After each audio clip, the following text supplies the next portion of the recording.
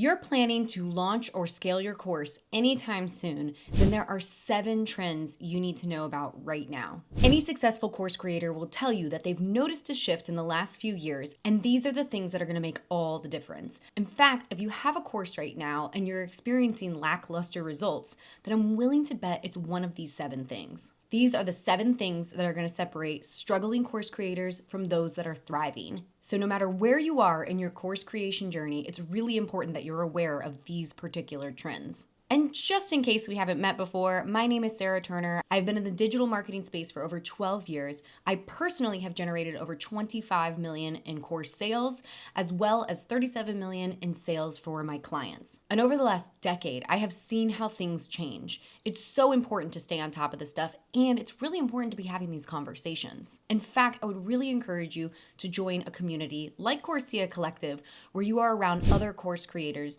so that you can be in the know. Because over the years, as my students have navigated things like recessions and a global pandemic and the predominance of AI, when you are in a community of like-minded business owners who are working on the same things, you will be ahead of the game just by having that collective knowledge. I'll tell you a little bit more about that at the end, but first, let's dig into these 7 trends that you do not want to miss out on because they are truly going to set you apart. The first one is cohort learning is making a comeback. Now, there was a time in the whole online course industry where launches were the hot thing. Then it became sort of a badge of honor to move into Evergreen, and that's really because it meant that you were bringing leads in on a constant basis. So you had to have your marketing really dialed in for that. But here's the thing, when you launch, you're creating cohorts. And when you create cohorts, i.e. people who are starting at the same time, you inherently build connection and accountability into the experience.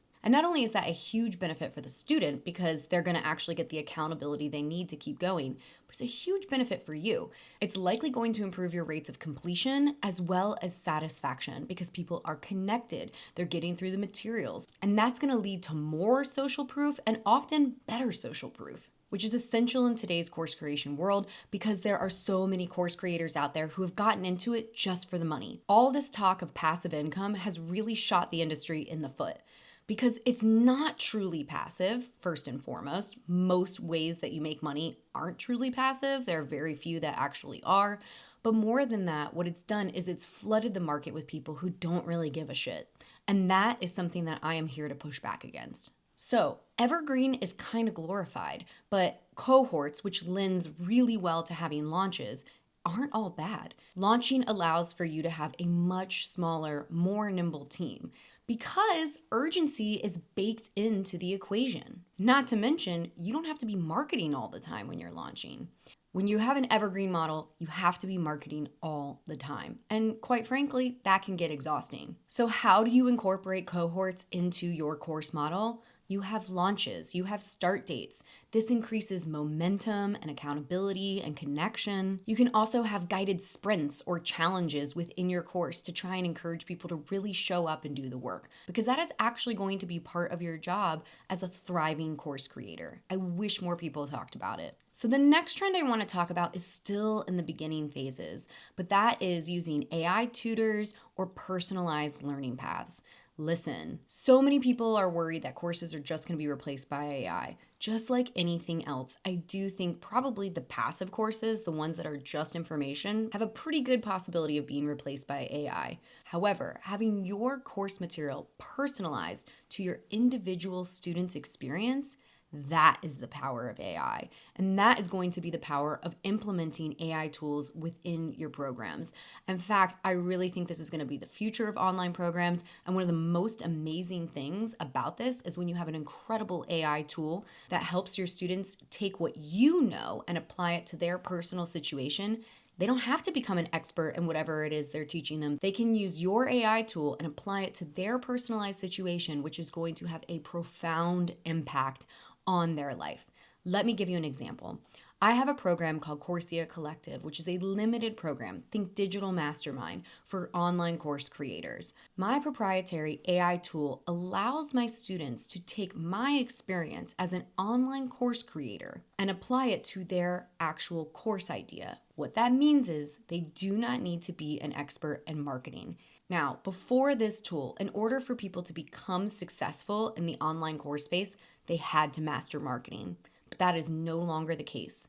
When you use my tool, Josie, it will help you with every aspect of your online education business without having to actually know and master the thing that I have become an expert in over the last 10 years. It's like having an expert in your back pocket. It's going to make mentorship so much more accessible to people, which I'm really excited about. So instead of having to pay like $10,000 to hire me as a consultant to help you build your business from the ground up, you'll be able to access my expertise through Josie for a fraction of the price. So that's just one way that this is going to look. I anticipate that every single course is going to have some sort of AI element to personalize the path for their students. And a really simple version of what that might look like for you is having an AI chatbot so that you can ask it any question under the sun and it can answer it as the course creator. A lot of people are worried about AI, but I'm actually really excited about the possibility of how it's going to not only make the online education space better so that you can learn better, work smarter, not harder. But again, I see it as a great equalizer, almost like the internet, where more people who don't have access to as many resources are going to be able to create something fantastic and great using really helpful AI tools. Okay, the next trend that I do not want you to miss out on is that the community is the product. This is essential in today's AI world, humanizing everything, absolutely everything. Now, because I love community and I love bringing people together, this was always how I was running my courses. But now I see it as essential because it cannot be replicated by AI and because we are craving connection. So no matter how your group looks, it could be a Facebook group, it could be a group on a paid platform, it could be a Slack group, it could be in Voxer. Having a community element within your program is essential in today's world. Again, it creates connection and accountability, and it also is that feel-good part of your course. In nearly every single student success story of mine, my students would say that the community was worth the price of the program alone. And that is really powerful. You need the course. You need the part that takes you from A to Z. You need that path. You need that structure. But that's not the fun, feel-good part. Nobody's like, ooh, yay, I can't wait to do another lesson. Not really, no. But are they excited to hop on an accountability call with somebody that they met in your program? Yeah. My students have connected all over the world. And I really, truly mean that. They have meetups in cities all over. There are stories of students becoming so close that they are in each other's wedding. I have stories of students who have started businesses together, who have built retreats together, who have moved across the country to be closer together, who have actually become roommates and moved into new cities because of their closeness and their connection over the shared path that they experienced in my community. It's really amazing. It feels so good, which is why I say that good marketing is world building, truly. So how do you apply this to your program? Make sure you invest in your community. It's an area I see a lot of people with online courses worried about doing because they think it's going to be really time consuming, or they're afraid that they're going to do a live Q&A and they won't know the answer to the question. There's so many concerns that people have about having communities, but you can make it largely a self-sustaining ecosystem if you set the right tone, expectations, and values up at the beginning. One of my favorite ways of doing this is just by being active in the beginning at first, and then finding people who embody the culture you're trying to create and reaching out to them and saying, hey, could I pay you some amount of money each month to just keep showing up and being you? First of all, people love to hear that. Oh, you like what I have to say? Heck yeah, I can show up and do more of that. And you're going to pay me to do what I'm already doing? Yes. Win, win, win all around.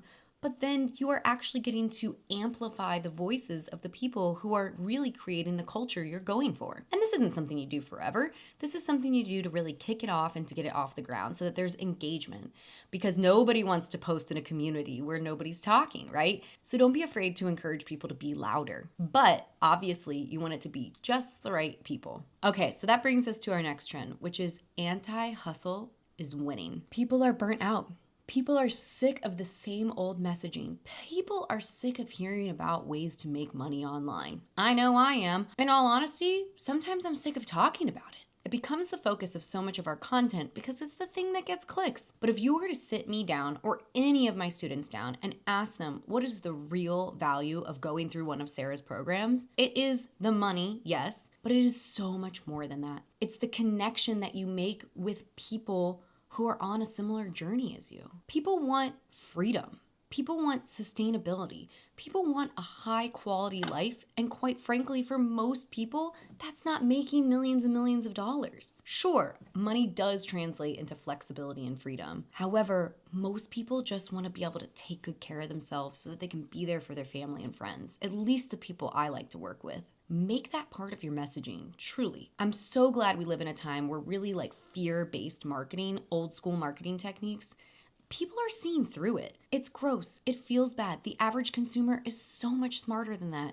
Treat your audience with respect. Speak to the freedom and ease that people are craving. This is especially true for moms, creatives, or neurodivergent folks. Really, truly, people just want a better quality life. Which actually brings me to our next trend. And I have noticed a shift towards audio-first learning. Yes, I still think it's important to have some sort of visual element to go along with whatever the audio part of your lesson is. However, I think it's even more important to be able to consume the information you are sharing with your students in many different ways, especially making it audio first. So having some high quality audio, transcripts, bullet points, workbooks, all of that is super important, but make your content such that they can consume it while doing other things, driving, cleaning, doing chores. I always encourage my students to listen to the content like a podcast, and you should too. This is also how you eliminate the time objection, because everyone's going to tell you that they don't have time to take an online course, and quite frankly, most of us don't. But if you can make it such that they can consume the information while they're doing other things, you've eliminated the time objection. And then a quick call back to the AI thing, when you can make it so personalized that it is worth their time to sit down and spend a minimum of 30 minutes a day on it by using AI tools, for example, that is also going to be a game changer. So make your content audio first. And really all that means is have a good mic and make sure you're super concise. Gone are the days where you can just ramble for 2 hours, call it a lesson, and actually help people with that. It is so much more valuable if you can get that transformation for them in less time. Which brings me to the next trend, which is focus on micro-transformations, not only within your program, but within your entire marketing funnel. When you can prove to your audience that you can get them a transformation, period, no matter how small it is, you'll build trust with them and momentum. They'll be excited that they saw that one transformation and they'll be willing to do the work to see what's next for them. No one wants a 100-hour course. No one is seeing the value in that anymore. We are all prioritizing our time and our attention. So deliver faster, shorter wins and make sure that they are applying it not only to their personal experience and their personal situation, but that they are also having checkpoints along the way to know that they're actually making progress. Because if you aren't showing them how this applies to their life and how they're actually making progress, they won't have the motivation to keep going. They won't have that momentum. So deliver faster wins, make everything shorter and more bite-sized, and make sure everything is actionable. Give them things to do. In my programs, every single lesson ends with an action item, something for them to actually go out and do in the real world, because that's where they're going to see results. That's where they're going to get feedback. All right, the final trend won't apply to everyone, but I'm willing to bet that it will apply to most, especially if you take some time and actually think about it. And that is niche-specific monetization paths. What I mean by that is whatever you're teaching, stop and think, can this be a side hustle? Can this bring some sort of income into their life? Because it is really powerful to have a financial ROI, hands down. It's not essential, but if you can even nod to the fact that this might improve how they can grow in their career or how they can create a side hustle or how they can just flat out start a business, that is going to be super powerful. Students love when they learn a skill that then can be applied to a business model. Now, again, this isn't for everyone, but if you can find a way to incorporate that into your course, even if it's like the last module, it's not for everybody, definitely do it. So as you can see, Courses these days are not just about information, especially in today's AI world. They can get the information from ChatGPT. Successful courses are about connection, personalization, and real results. If you can deliver those three things, you will be a successful online course creator. I can guarantee it. Cream rises to the top, my friend. And the funny thing is this is the same advice I've been giving for years. All AI has done is made it more obvious, made it more clear. Because quite frankly, AI is getting rid of the bottom feeders, the people who are in it to make a quick buck. If you want to thrive as an online course creator in 2025 and beyond, you have to give a shit. You have to show up, you have to care, which is why I've always said that it is going to be really important that you do it in a topic that you're actually passionate about. Now, don't get me wrong, it doesn't have to be your everything, your identity. I never wanted to be that copywriter girl or that digital marketing girl. All I really wanted was to help people, especially women and moms, create more freedom for themselves. And this is the path that I know that helps them achieve this best. Because it is based in giving back, it is based in caring, it is based in reciprocity, and it is based in doing good in this world. Which brings me to me telling you about my program. So if you want help designing a future-proof program that is actually going to get your students' result, doesn't burn you out in the process, and earns you great money and freedom while feeling good about it, then I'd like to invite you to Coursea Collective. Again, think Digital Mastermind. This is a resource. It literally has everything you need to either start a program or to scale a program, including my proprietary tool, which is like having an expert in your back pocket. It's probably going to cut the time it takes you to create and scale your program by 80%. And I am not exaggerating when I say that. Truly, it is not my style. It's just how freaking powerful it is. And I like to work with people who really care. My program, Coursea Collective, is where I help creators like you scale with soul. If you have any questions, please leave them in the comments below about literally anything course creation wise, of course. And go ahead and hit that thumbs up button if you like this. It's how I know you'd like to see more videos like this. I release videos like this every single week, so don't forget to subscribe. Thanks, guys.